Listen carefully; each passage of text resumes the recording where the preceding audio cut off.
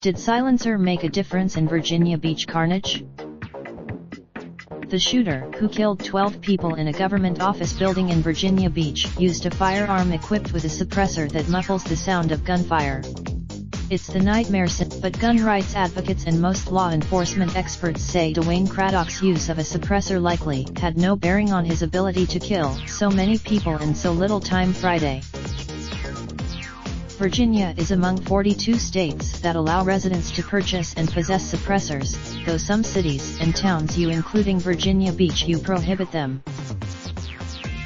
Known colloquially as a silencer, a suppressor was attached to the .45 caliber handgun that police say the shooter used to kill a dozen people on 3 floors of the building where he worked before police closed in and, after a protracted gun battle, fatally shot him.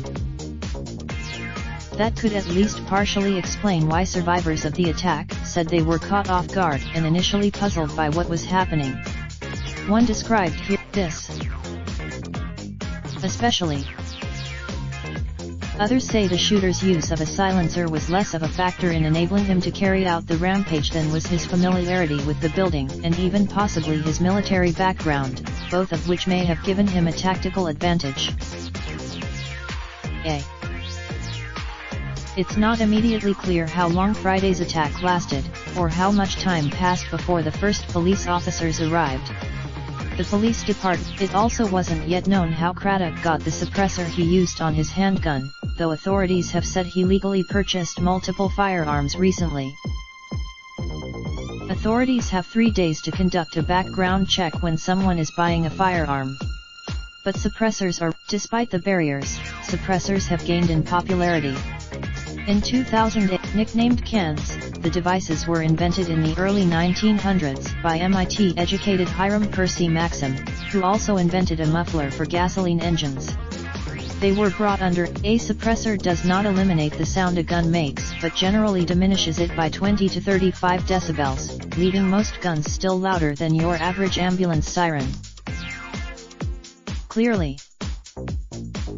Some have questioned how secure the building was where police say the shooter and all but one of his victims worked.